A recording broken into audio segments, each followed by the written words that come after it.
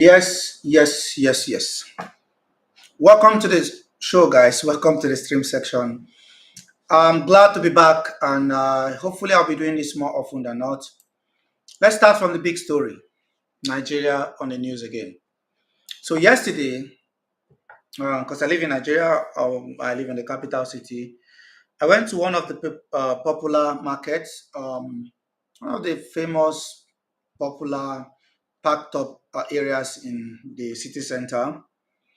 And then I saw this column of soldiers driving around, you know, in some kind of show of force. And I really didn't know what was going on. So later I heard that some people are protesting, that they are protesting for free Palestine, and that the soldiers and the police were deployed to the area around Wuse Market in order to stop them.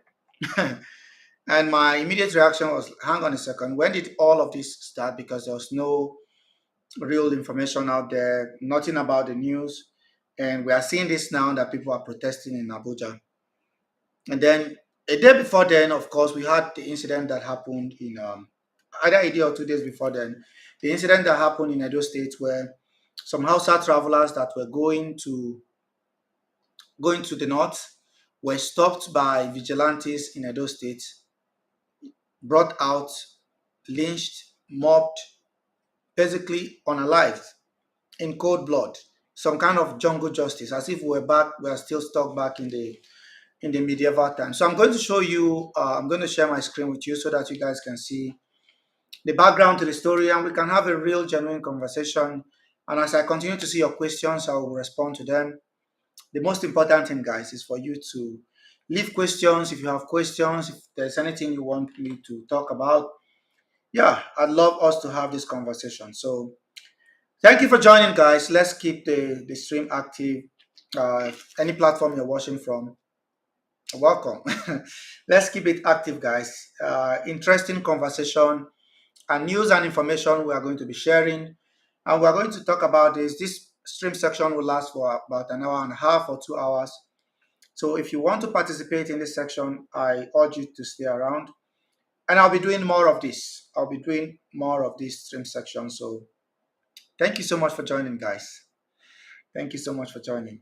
Hey, and by the way, it's crazy because we are not allowed to play music. So I'm not going to play music because it will be flagged as copyright violation. Sometimes when you even play music that is your own, you might still get the copyright strike. So that's why I don't like playing music. But it gives you like a background, and ushers you into the conversation, which is very important. It's very important. And for those of you engaging in this with this video, seeing this video for the first time, and coming across any of my platforms for the first time, I talk geopolitics and also talk about social issues happening in Nigeria, in Africa, and around the world. You are in the best platform. All you need to do is to leave your questions for me, and I will respond to them regularly as soon as I see them. And hopefully, the next video I'm going to do is going to be a question from one of my audience or from one of the listeners. Anywhere you are listening from, anywhere you're seeing this broadcast from. I urge you to stick around. Don't go nowhere. And like I said, we're going to begin from the. We're going to begin the conversation about the protest that happened in Nigeria and the role of the security forces, mostly in the northern states in Nigeria. For those of you that are familiar with Nigeria, Nigeria is divided into 6 geopolitical zones: northeast, northwest, north central, southeast, south, and southwest. And we've been cohabiting for a very long time. But even if you want to bifurcate Nigeria and you bring it down to the two broad zones or regions, you have the northern part of Nigeria and you have the southern part of Nigeria. So the amalgamation that happened in 1914 joined the northern part with the southern part, and this happened under Lord Frederick Lugard.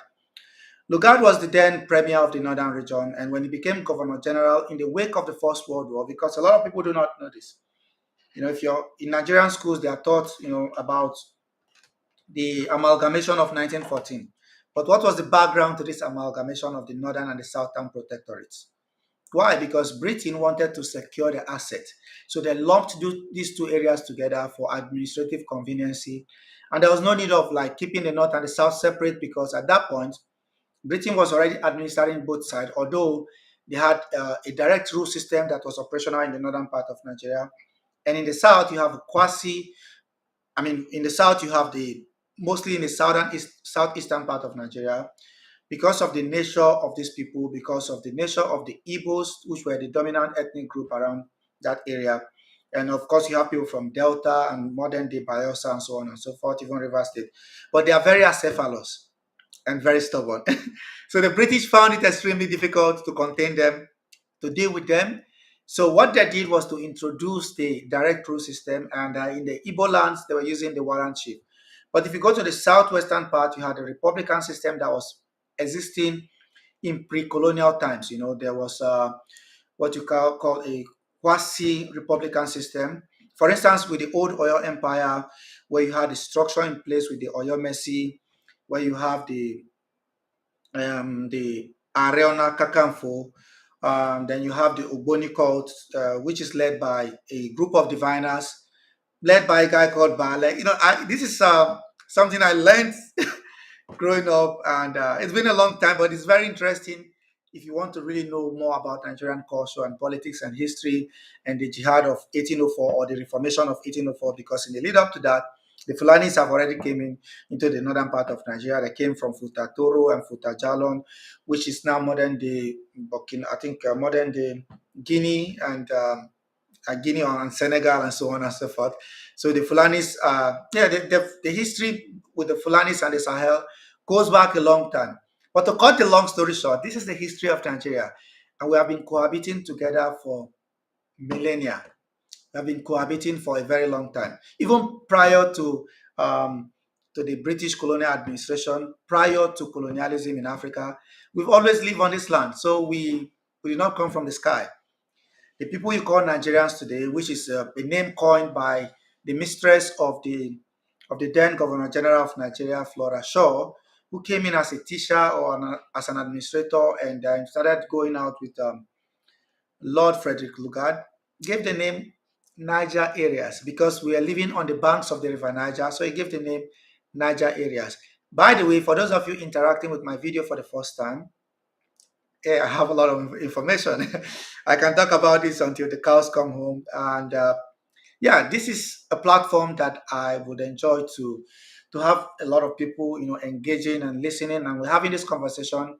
It means a lot to me. So if I see you guys engaging and communicating with the live stream, yeah, it will go a long way. And don't forget to also share the live stream. It's very, very important.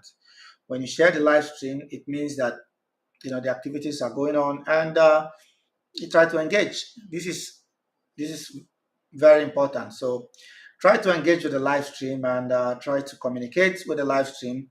If you have any question, I'd love to see it. I'd love to address the question, and let's keep it going, guys. And I hope I don't know whether I'm trying to do a quick test to see whether my internet is functional. Yeah, I hope so. I think my internet is functional. I'm not really sure, but I hope it's functional. I hope it's functional. Hey, like I said, don't forget to share the stream. It's very, very important. Share the stream. And if you're just coming across the video, don't forget to like, to share the broadcast. Let's go. I'm trying to share this for in a bit, so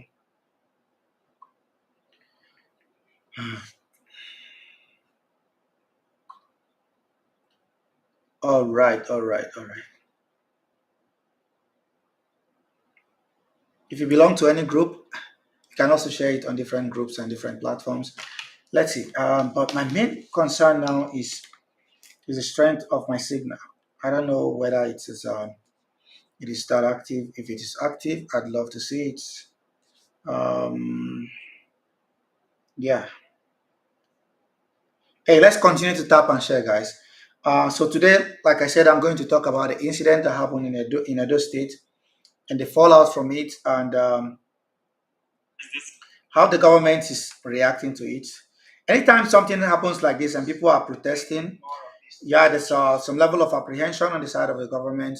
People are scared, like, oh, they want to talk with the government. Why are these guys protesting? It seems that they want to talk with the government. So the government gets very apprehensive and scared, and run immediately to start like using heavy hand on the citizenry, trying to quell them or try to crack down on any kind of dissent or any kind of protest. The government doesn't want to see people out on the street protesting, running around. That's the last thing the government. That is the last thing the government wants to see. I got scared for a second. I thought they took down the stream. But anyways, I'm going to show you guys my screen in a second. Just to hang tight. I'm going to show you. All right. So let's take a look at this, guys. I'm trying to, again, if you're just joining this page for the first time, don't forget to always share the video. It's very important for me when you share this video because it makes it easier for us to continue to interact. So I'm going to show you in real time. Okay, I'm trying to see. Give me a second. Okay, I think it's better like this. So yeah, so let's take a look at this. This is from uh, a Turkish website. I don't know, it's a Turkish news outlet. It used to be TRT World that I used to see, but this is AA.com. This is I don't know. But this is a credible news outlet that I've seen before. So, protest erupts in Nigeria after mob kills 16 travelers over false claim. So, the victims were en route from Port Harcourt, which is in this. By the way, Port Harcourt is always on the news. It's crazy that over the past months, in fact, since the beginning of the Tinubu administration, Port Harcourt is always on the news. What the hell is going on in Rivers State? If it is not on the news because of Wike and Rotimi Amechi, it is on the news because of Wike and his godson Fubara. It is about militants bombing the pipeline. It's about issues in the Niger Delta. It's about political activities. River State is always in the news, and in most cases for the odd reasons. So these guys were coming from River State, and they went through Edo State. Although it didn't happen in River State, this happened in Edo State, and the governor of the state, Monday Okpebolo, should be able to investigate and see what exactly is going on in that state. Because we are not going to have people run around and lynch and mob people in the name of jungle justice. So who did this? These are like a group of hunters, that were traveling with their den gun, and they were stopped. And the mob said that they were kidnappers. They didn't allow them to explain themselves, just lined them up and poured gasoline on them and lit them on fire. So, like I said, the victims were en route from Port Harcourt to Kano for Eid al-Fitr holiday, which will happen, I don't, today, is it today or yesterday, but for the celebrations basically. And yeah, people turned against them. So residents in northern Nigeria protested Friday and Saturday after a mob in southern Edo State killed 16 travelers, mostly Hausa hunters, over false accusations of kidnapping. These victims were traveling from Port Harcourt to Kano for Eid al-Fitr holiday when they were stopped near midnight Friday by members of the Edo State Security Corps and local vigilantes. Seeing the travelers locally made hunting guns, commonly used in northern Nigeria, the group misinterpreted them as a threat. A widely circulated video showed the victims being surrounded by youths, doused in petrol, and set on fire. And so this is crazy. And by the way, people think this is just okay. It's a one-off. This has always been going on in some parts of Nigeria, where you have these local vigilantes armed to the teeth, supported by the government in most cases because of community policing and all of that. Because in Nigeria, the security or the police is under the exclusive list. So the government, the federal government or the central government, takes care of security, particularly that of the police and also of the armed forces. So there's no real devolution of power in the Nigerian federal model that we have. And until that happens, people will devolve to things like using these local vigilantes. And they have been used effectively in places like in the northern part of Nigeria to fight against some of the criminal elements that are involved in kidnapping, banditry, and also in the case of the issues with Boko Haram and all these other Lukarawa and other malicious groups operating in the northeast and the northwestern part of Nigeria. So I'm not saying that the use of local vigilantes or some of these local hunters that act as vigilantes is not a good thing. In some cases, it helps with local policing, but some of them are act with impunity because they are backed up by state power, meaning the state government give them resources and back them up, and they also use them for vendetta. The state government use them for other purposes like intimidating and bullying other people and so on and so forth. So it's some form of organized violence, perpetuated by local actors, particularly the state government, and also in some cases local government. So because the government, the central government, have not found a way to have a national conference for us to have a national, some sort of consensus on local policing. And this is why we are seeing this incident happening across Nigeria. The local vigilantes, largely, not properly trained, some of them running around with Kalashnikov on the behest of the state government. And yeah, in their mind, they believe that they're actually helping the state government, but that is not the case in many instances. But at the end of the day, it's a sad situation that we are seeing this happening in Nigeria. And yeah, I hope the government can find a solution, a long lasting solution to this issue. And yes, so, guys, like I said, for those of you just joining, don't forget to share this video to different groups. Even if you're watching the video after the live stream, don't forget to share it. And today it's about Nigeria. It's about the incident that happened in Edo State. And we're waiting to see the response of the government. Of course, the government will always use heavy hand to try and quell the protest, to try and stop people from protesting. And in some cases, see live fire, being used to disperse people, some of them injured and forced to retreat or stop protesting, as a matter of fact, which does not really help, because if you say you're practicing democracy, where's the justice, where's the freedom of expression? I don't think these people are running around with guns and trying to take out policemen. They are protesting because the situation in the country is getting dire, the economic situation is deteriorating, and people have every right to vent. There's this incident recently about this guy happened to be one of the biggest bloggers, streamers in Africa. His name is Pella, right? And it's a kid, 19 or 18 years old, and you know he was streaming before and talking about how he loves all the girls. Basically, he found his way to stardom by getting in touch with another lady that used to do live streams and act like she's some kind of robot or something like that, and he became a superstar. And recently, he waded into Nigerian politics without understanding anything. Nobody, I don't think he has advisors around him. He thinks, look, when you go and talk about stuff like dancing and you talk about crazy stuff on the internet, nobody will care. But Pella saw the true reaction of Nigerians when he started talking about Nigerian politics. I'm sorry, Pella. I'm sure you guys have seen the news. I'll try to pull it up in a second. Pella got himself in hot soup for getting involved in Nigerian politics. The best way to nail yourself is when you go into Nigerian politics. Basically, because this is domestic politics, I'm talking about it in that way. He would have done well being just a social stardom, attacking other celebrities, you know, uh, you know, vibing to music, flirting around with ladies on the internet and so on and so forth. Nobody really cares. People just come and have fun. But when you talk about politics, and he said, I think he told people to stop protesting on the internet and on TikTok that they are flooding his pages and it's annoying him. That if they want to protest, they should go to the market. Oh man, this guy is like he's crazy. I don't think he's crazy. I don't think he's a bad person, but he should have people around him to advise him.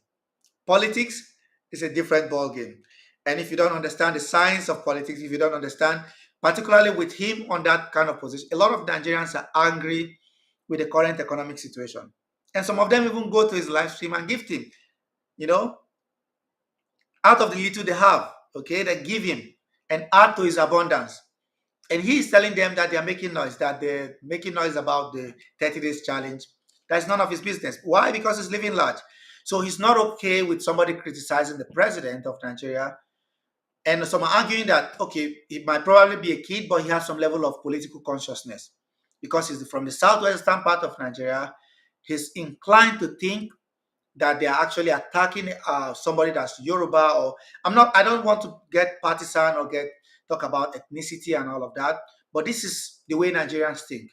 They think quickly about religion and they think about ethnicity. And most Nigerians were actually seeing it like that, particularly a lot of them across board that were supporting him.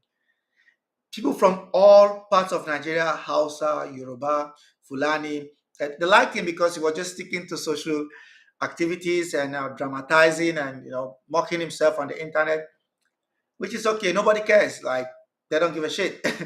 But the moment he started talking about politics, he got himself in hot soup. Yeah. So I'm gonna show you guys in a second. So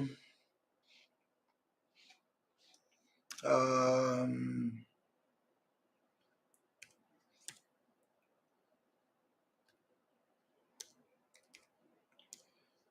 yeah, I think he didn't do himself any justice. He didn't do himself any justice, guys. Let's go, guys. Like I said, if you're just joining, watching from any of my platform, don't forget to share. Keep posting and keep sharing, and let's go. So I'm going to share my screen in a second. Going to share my screen in a second. Don't forget to share, guys. All right. So this is from Pella. So let's look at what Pella said. Pella replies critics visit mosque to pray for them amid backlash of um,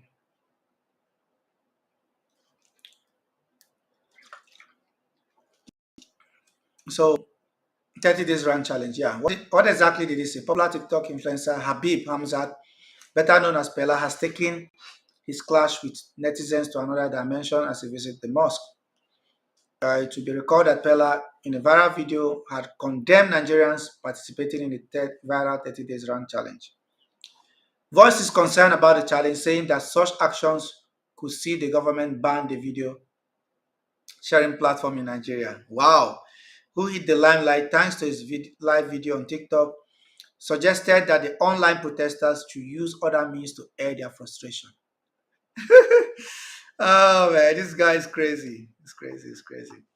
Well, I'm sure you guys have seen it all, and I just hope we can find peace and love in Nigeria. No, the government is not going to ban TikTok. I mean, even if they ban it, we want to see. I think the government wants some kind of regulation. But this is the point, right? When the government is in power, they become very nervous of young people using the social media as a platform to vent and to express their thoughts. But when you do that and you're out of power, you still need the same platform to challenge the government and to challenge the status quo. This is the problem. So it is not just for today, it's for tomorrow.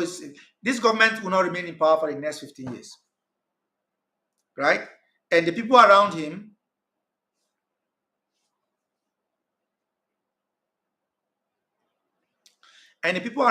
are, I don't know, are not really advising the government properly, in my opinion. I think the government should do more to, yeah, to stay in tune with reality. Because if you take them off TikTok and all the social media that some of them are using as a way to express their look.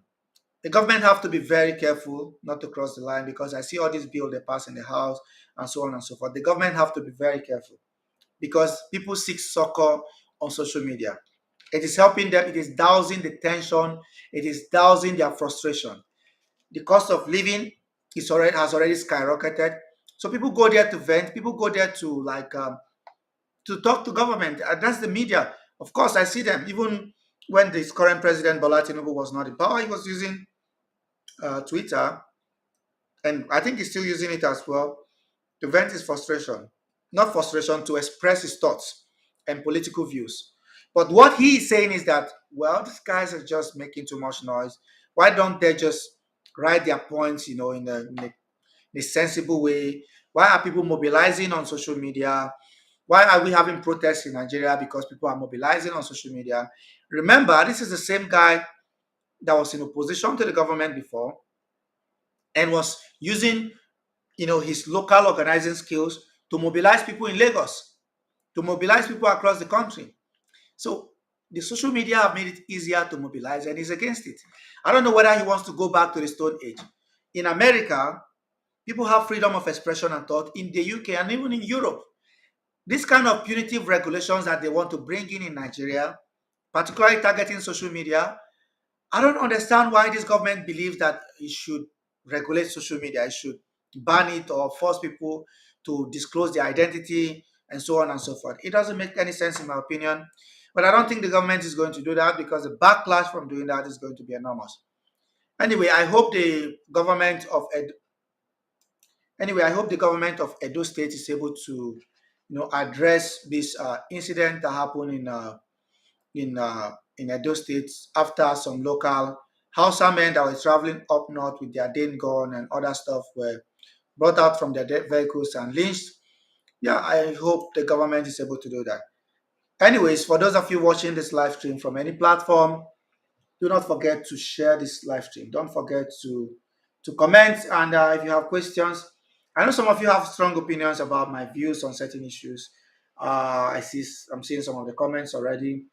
Stop your fake narrative and focus on your fake Sahel report. This is one person telling me to. So I posted a video about what happened in Edo State, and the guy was not really impressed. He said, "Yeah, stop and focus on my Sahel report."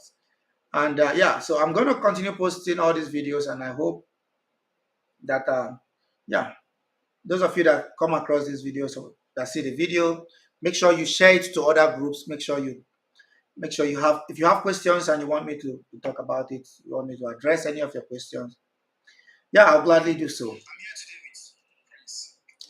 Yeah, so it is interesting. Thank you so much, guys. I hope to see you in the next live stream. Don't forget to share the video. And hopefully I'll be going live again tomorrow. So I'll be doing this live stream hopefully every day for 30 minutes, for 40 minutes. And we're going to be talking about different issues. And